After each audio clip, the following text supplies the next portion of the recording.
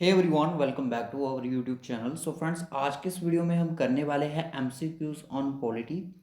सो guys, मैं आपको बता दूं, ये directive principles of state policy जो आपका एक टॉपिक है असिस्टेंट कंपाइलर के एग्जाम में, वो ही एमसीक्यूज आज यहाँ पे हम डिस्कशन करेंगे। मैं आपको बता दूं कि इसमें वीडियो में मैं वही क्वेश्चन लेके आया हूँ जो कि एक नेशनल लेवल के एग्जाम में पूछे जाते हैं। ठीक है, तो थोड़ा सा आपको एक हिंट मिल जाएगा और आपकी थोड़ी बहुत प्रैक्टिस भी हो जाएगी और आपको कुछ सीखने को भी मिल जाएगा। जो चीज़ें आपको क्वेश्चन नहीं आते होंगे, आपने वहाँ तक स्टडी करनी है ताकि आप चीज़ों को सीख सको।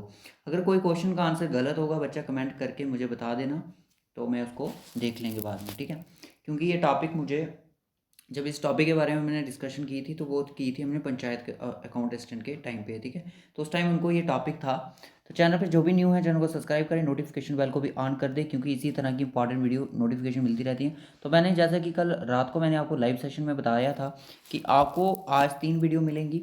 फर्स्ट वीडियो जो होगी वो आपकी पॉलिटी पर है। ठीक है, जिसको जो आपको अभी चल रही है यहाँ पे। तो उसके बाद अगर मैं बात करूँ सेकंड वीडियो की, अगर मैं बात करूँ तो सेकंड आपकी जीके इंडिया एमसीक्यूज होगी। ठीक है, जीके के इंडिया एमसीक्यूज होंगे। और थर्ड जो वीडियो होगी वो आपकी जीएनके एमसीक्यूज पे होगी। ठीक है, तो लेक्चर थोड़ा ये लेट हो गया, तो मैं आपको बता दूं, जो जीएनके वाला है वो आपको 9 बजे शायद ना मिले, 9:30 पे या फिर 10 बजे के आसपास आपको ये लेक्चर मिल सकता है। तो ये वाला सेकंड लेक्चर आपको 6 साढ़े 6 बजे के टाइम पे ही मिलेगा, क्योंकि इनका टाइम पीरियड भी रहता है, तो उसको भी हमें फॉलो करना पड़ता है। ठीक है, और डिफरेंट डिफरेंट सोशल मीडिया के प्लेटफॉर्म ज्वाइन कर लो। तो टेलीग्राम, इंस्टाग्राम, फेसबुक ग्रुप, इन सबको ज्वाइन कर लो और हमारे साथ अटैच हो जाओ, क्योंकि कोई भी इंपॉर्टेंट नोटिफिकेशन अपडेट होती है तो हम वहाँ पे आपको ज़रूर बता देते हैं। तो चलिए, क्या है, हम आज के एमसीक्यूज के बारे में डिस्कशन कर लेते हैं और अपनी प्रैक्टिस ज़रूर बताएं कि आपके आंसर कितने ठीक हुए। ये special lecture account assistant compiler के जो स्टूडेंट्स हैं उनके लिए है। जिसके पास लूसेंट की बुक है तो वो बड़ी अच्छी बात है, लूसेंट की बुक होनी चाहिए, क्योंकि एक इम्पॉर्टेंट बुक है। और इम्पॉर्टेंट बुक है और इसमें आपको सारे टॉपिक मिल जाते हैं जो जो आपके सिलेबस में होंगे रिगार्डिंग पॉलिटी, इकोनॉमिक्स। ठीक है, कुछ कुछ मिलेंगे, कुछ कुछ नहीं मिलेंगे। ठीक है, तो फर्स्ट क्वेश्चन आप देख सकते हो यहाँ पे, separation of the judiciary from the executive has been provided in one of the following parts of the Indian constitution. ठीक है, एक सेपरेशन है जुडिशरी की और एक एग्जीक्यूटिव। ठीक है, और ये प्रोवाइड किया है इंडियन कॉन्स्टिट्यूशन में किस पार्ट में? क्या वो प्रियम्बल्स में किया है, फंडामेंटल राइट्स में किया है, या फिर directive principles of state policy में किया है? सो मैं आपको बता दूं कि वो चीज़ उन्होंने अपनी प्रोवाइड की है डीपीएसपी में। ठीक है, डीपीएसपी जिसको हम बोलते हैं directive principles of state policy. ठीक है, इसका जो राइट ऑप्शन है वो आपका सी हो जाएगा। क्लियर है यहाँ पर? उसके बाद नेक्स्ट क्वेश्चन चलिए। Under the directive principles of state policy, state directive principles of state policy के under who up sorry state policy up to what age of children they are expected to provide the free and compulsory education? तो DPSP के under DPSP के अंदर कितने जो as के children हैं उनको एक फ्री एजुकेशन दी जाएगी और ये कंपलसरी भी होनी चाहिए। तो ये आते हैं आपके 14 ईयर्स एज तक, यानी कि 8th क्लास तक हम कह सकते हैं। 8th क्लास के जो स्टूडेंट्स रहते हैं उनको, आपको पता है कि जो गवर्नमेंट स्कूल्स होते हैं, ठीक है, गवर्नमेंट स्कूल्स होते हैं, वहाँ पे उनको फ्री ऑफ कास्ट बुक्स मिलती हैं। तो कोई, अगर आप में से कोई फ्री स्कूल में पढ़ा होगा गवर्नमेंट स्कूल में, तो उसको भी आपको फ्री ऑफ कॉस्ट बुक्स ज़रूर देखने को मिलेगी। आज तो मिड डे मील भी मिलता है आजकल बच्चों को, 8 तक, पहले 5th तक मिलता था, अब 8 तक हो गया। ठीक है ना? तो ये चीज़ें हमें देखने को वहाँ पे मिलती है। क्योंकि ये क्यों मिलती हैं? क्योंकि ये डीपीएसपी के अंदर है और वो चाहते हैं कि ये कंपलसरी एजुकेशन होनी चाहिए और एक फ्री भी होनी चाहिए। ठीक है, उसके बाद नेक्स्ट क्वेश्चन ये आता है कि which part of the Indian constitution deal with the DPSP? ये भी क्वेश्चन इंपॉर्टेंट है, क्वेश्चन आ सकता है इस तरह के जेके एसएसबी के एग्जाम में। कौन सा पार्ट है? अगर जिसने नहीं पढ़ा होगा उसको नहीं पता, जिसने पढ़ा होगा उसको पता है। तो ये आपका आता है पार्ट 4 के अंदर। ठीक है, part 4, which directive principles where's the direct impact of the Gandhi immoral philosophy? Gandhi immoral policy, यानी कि उसमें जो आर्टिकल्स है, इसका आपको पता है 35 to 36 इतना ही है, 51 52 तक है। तो ये आर्टिकल याद रखने हैं आपने, क्योंकि आप डीप स्टडी कर रहे हो। तो आपने याद रखना है कि किस किस आर्टिकल में क्या क्या बात हुई है, और ये डीपीएसपी है कौन सा इम्पैक्ट लाती है गांधी की मॉरल फिलॉसफी पे। तो आपको एक तीन यहाँ पे पार्ट पढ़ने को मिलते हैं कि गांधी ने होता है, दो और होते हैं।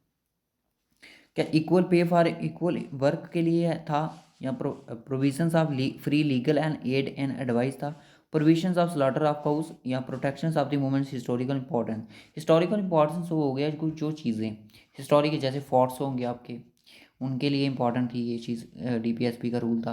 पर ये जो गांधीयन फिलॉसफी की बात कर रहे हैं तो वो आपका था ऑप्शन सी आपका प्रोविजंस, यानी कि रोकबंदी लगा दो स्लॉटर ऑफ काउस, यानी कि जो माल मवेशी होते हैं हमारे, जो लाइफ स्टॉक काउस वगैरह, तो उनके जो आपको बताइए इनका क्या करते हैं वहाँ पे, उस चीज़ को इन्होंने बंद करवाना चाहते थे। In which of the following is the promotions of the international peace and security mention the constitution of India. तो किस में ये मेंशन है कि इंटरनेशनल पीस और security mention the constitution India में, क्या वो प्रिवेंबल ऑफ द कॉन्स्टिट्यूशन है, क्या वो फिर आपका डीपीएसपी है, फंडामेंटल राइट्स है, 9th शेड्यूल है यहाँ पे। तो वो आपका है दोस्तों डीपीएसपी। क्या है? डीपीएसपी। ठीक है। वीडियो का रिस्पॉन्स अच्छा रहा तो नेक्स्ट वीडियो आपकी फंडामेंटल ड्यूटीज या फिर राइट्स पे ज़रूर आएगी। ठीक है। नेक्स्ट क्वेश्चन आता है articles of the Indian constitution which deal with the DPSP. कौन कौन से, जैसे मैंने अभी आर्टिकल्स की बात की, इस तरह के क्वेश्चन जेकेएसएस भी पूछ सकती है, देख सकते हो।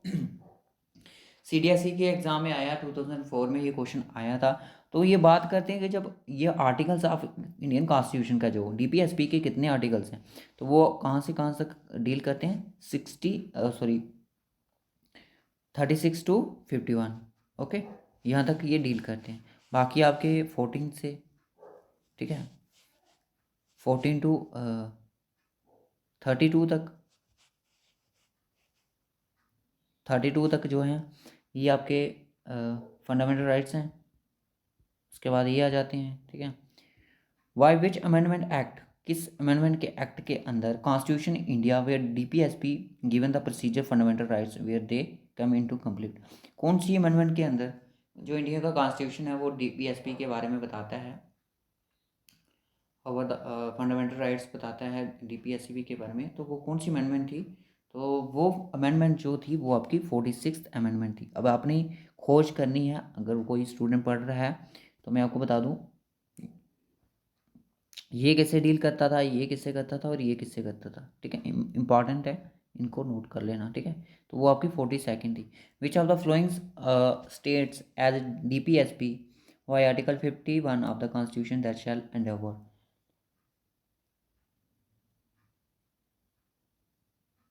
तो इनमें से कौन सा 51 आर्टिकल है जो है, तो ये आपसे पूछ रहा है इसमें। तो क्या वो प्रमोशन है इंटरनेशनल पीस और सिक्योरिटी की, main just and honourable relations हैं बिटवीन द नेशन के, इनक्रेज करेगा सेटलमेंट ऑफ इंटरनेशनल डिस्प्यूट्स को बाय आर्बिट्रेशन के, क्या है इसका आंसर? क्या राइट ऑप्शन क्या होगा इसका? तो इसका राइट ऑप्शन ये तीनों चीज़ें हैं जो कि 51 के अंदर आती हैं। ठीक है। उसके बाद नेक्स्ट क्वेश्चन चलिए, Panchayati Raj system in India laid down under, किसके अंडर था? बात गौर से सुनना, 73rd अमेंडमेंट वाला जो बात है कि भाई पंचायती राज की बात हुई थी। ठीक है। वो किस फिलॉसफी के अंडर हुई थी? तो मैं आपको बता दूं वो हुई थी आपकी डीपीएसपी के अंदर हुई थी। डीपीएसपी की किसकी, मतलब Gandhian philosophy. Article number, sir articles अभी हमने पढ़ा था, ये चीज़ पढ़ी थी जब हमने पंचायती राज एक्ट डिस्कशन किया था, आर्टिकल 40। ठीक है। Equal pay for equal works has been ensured in the new constitution, किस में बताया गया है? डीपीएसपी में बताया गया है। ठीक है ना, किसमें? डीपीएसपी में ये भी चीज़ बताएगी।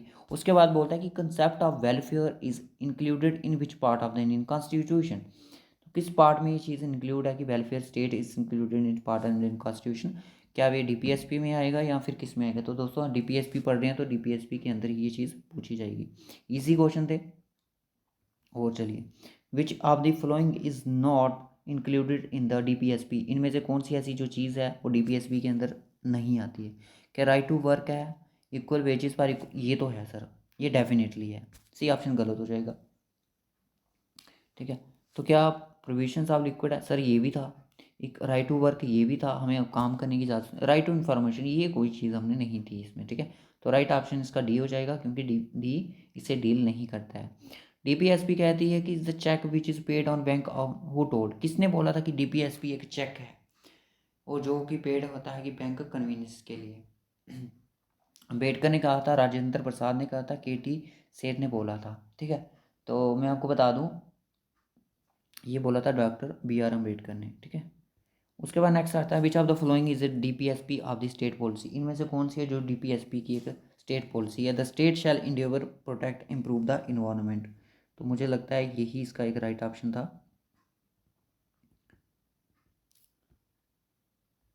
तो इसका ऑप्शन वही था जो फर्स्ट ए ऑप्शन था।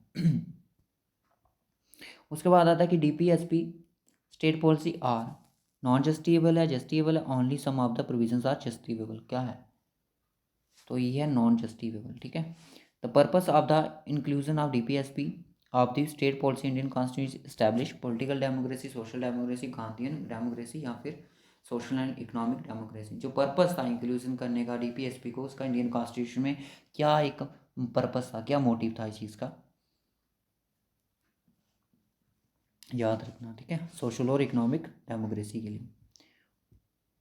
उसके बाद नेक्स्ट क्वेश्चन आता है which of the following articles of the DPSP state policy does the promotions of the international peace and securities की, कौन सा इनमें से आर्टिकल इनका इससे डील करता है। तो दोस्तों जब आप डीपीएसपी पढ़ोगे, अब थोड़ा एक मोरल लेक्चर भी लास्ट में दूंगा, कुछ फैक्चुअल चीज़ें डिस्कशन करेंगे इनके रिलेटेड मैं, क्योंकि मैं इस वीडियो के बाद अपने पर्सनल नोट्स खोलूँगा, उसमें देखूँगा कि डीपीएसपी के बारे में क्या क्या चीज़ें दी गई हैं, उन चीज़ों के लेके हम बात करेंगे और उसको भी ज़रूर पढ़ना। ठीक है, तो 17 क्वेश्चन बोलता है कि वो 51 में ही चीज़ का बात की गई थी। ठीक है, option D is the correct option.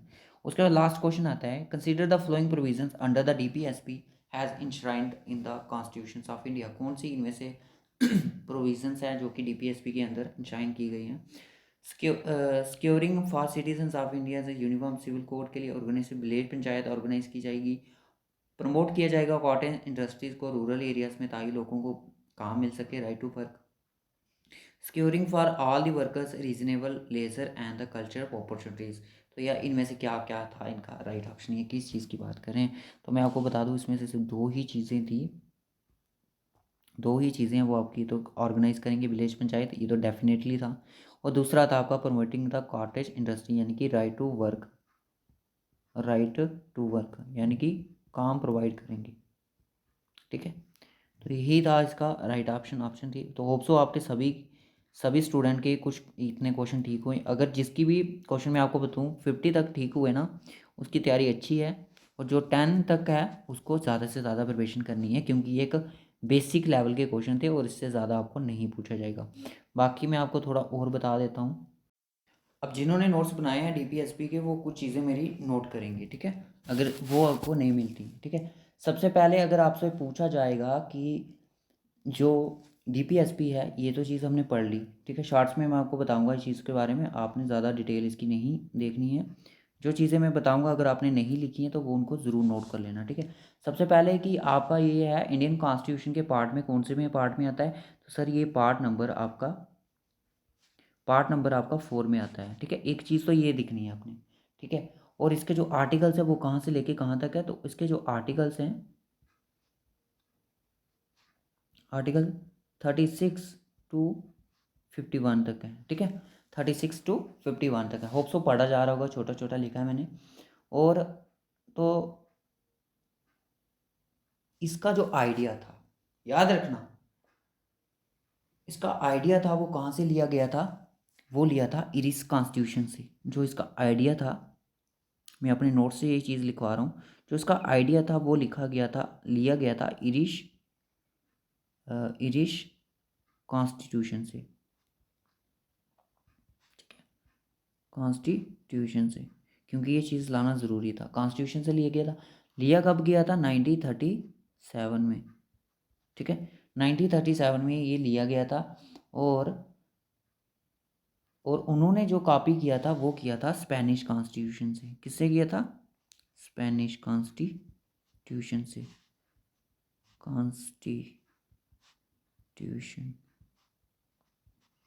ठीक है, उन्होंने जो ये आइडिया था इरिश कॉन्स्टिट्यूशन का लिया 1937 से, पर इरिश वालों ने जो कॉपी किया था वो आपका स्पेनिश कॉन्स्टिट्यूशन में लिया था। इस चीज़ को आप याद में रखना। ठीक है, और डॉक्टर बी आर अम्बेडकर ने, मैं इसको रफ कर रहा हूँ, ठीक है, इसको मैं मिटा रहा हूँ क्योंकि मुझे कुछ और भी चीज़ें लिखनी है। तो होप सो आपने ये चीज़ लिख ली होगी, अगर नहीं लिखी है तो वीडियो को रिपीट करके भी लिख सकते हो, ठीक है। तो चलिए एक चीज़ मैं आपको और लिखवा देता हूँ कि जो डॉक्टर बी आर अम्बेडकर थे। अब आपसे क्वेश्चन आएगा कि noble features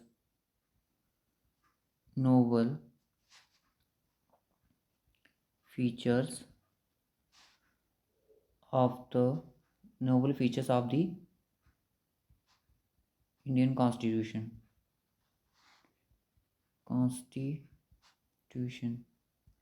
Nobel features of the Indian constitution किसको बोला जाता है? तो आपने बोलना है, वो बोला जाता है डीपीएसपी को। पर ये बोला किसने था कि किसने बोला था कि नोबल फीचर्स है जो इंडियन कॉन्स्टिट्यूशन का, ये तो वो बोला था आपका डॉक्टर बी आर अम्बेडकर ने।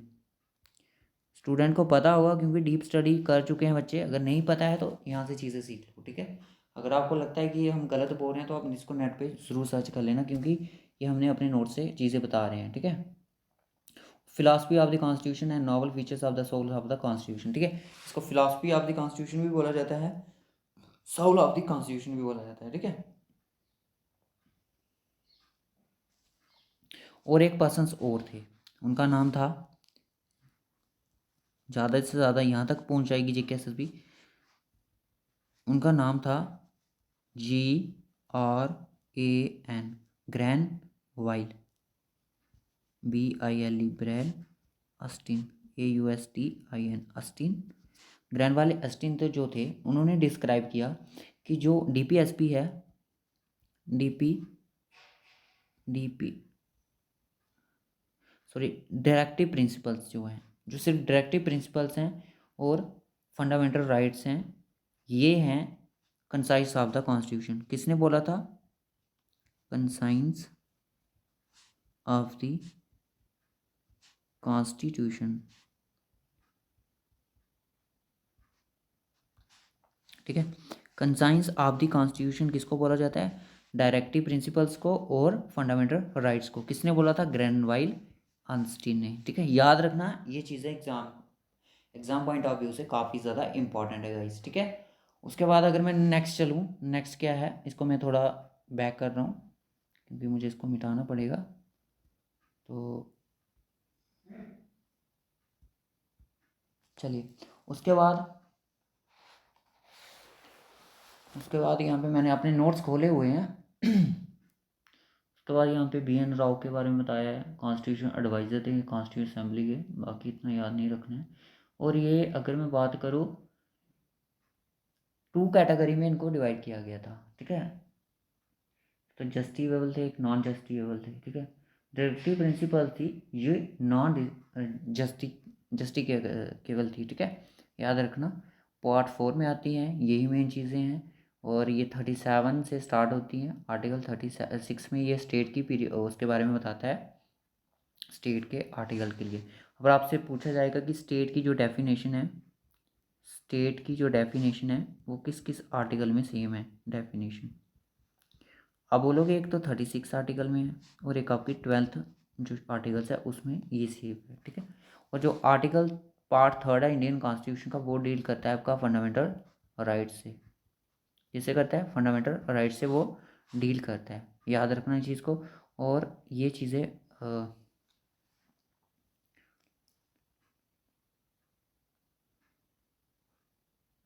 और इनको एक चीज़ और बोला जाता है, इंस्ट्रूमेंट ऑफ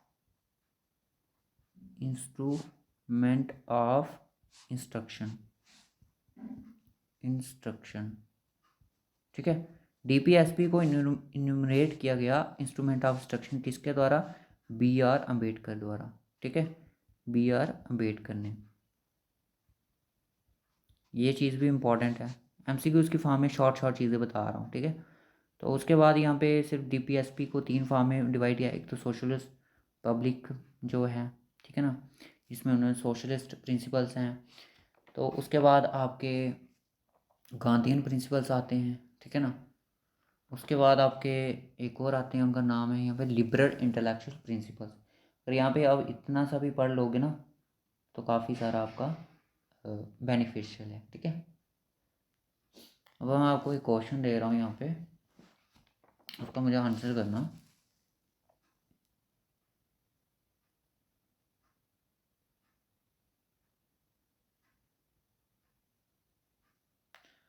कोई अच्छा सा क्वेश्चन नहीं मिल रहा है।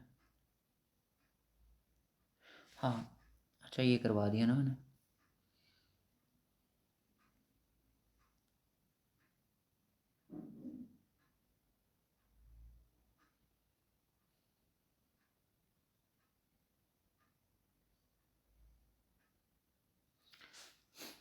क्वेश्चन है इसका, अभी मुझे सभी बच्चे आंसर बताएंगे।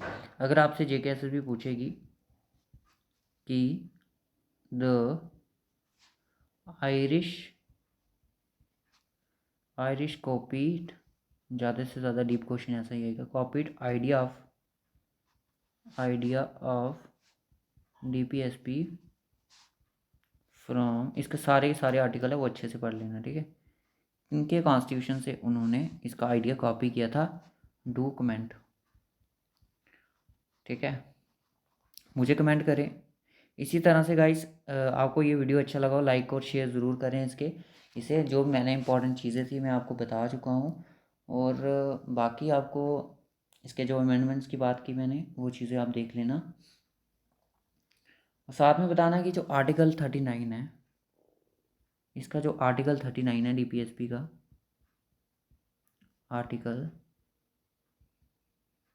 39 वो किससे डील करता है, वो किससे डील करता है, इस चीज़ के बारे में आपको खोज करनी है। ठीक है, सो होप सो गाइज आपको ये लेक्चर अच्छा लगा हो तो लाइक और शेयर करें और कमेंट करें, और डिफरेंट सोशल मीडिया के प्लेटफॉर्म को ज़रूर ज्वाइन करना। अगर वीडियो अच्छा लगा हो तो ज़रूर बताएं, क्योंकि नेक्स्ट वीडियो आपके ही रिव्यू पे आएगी।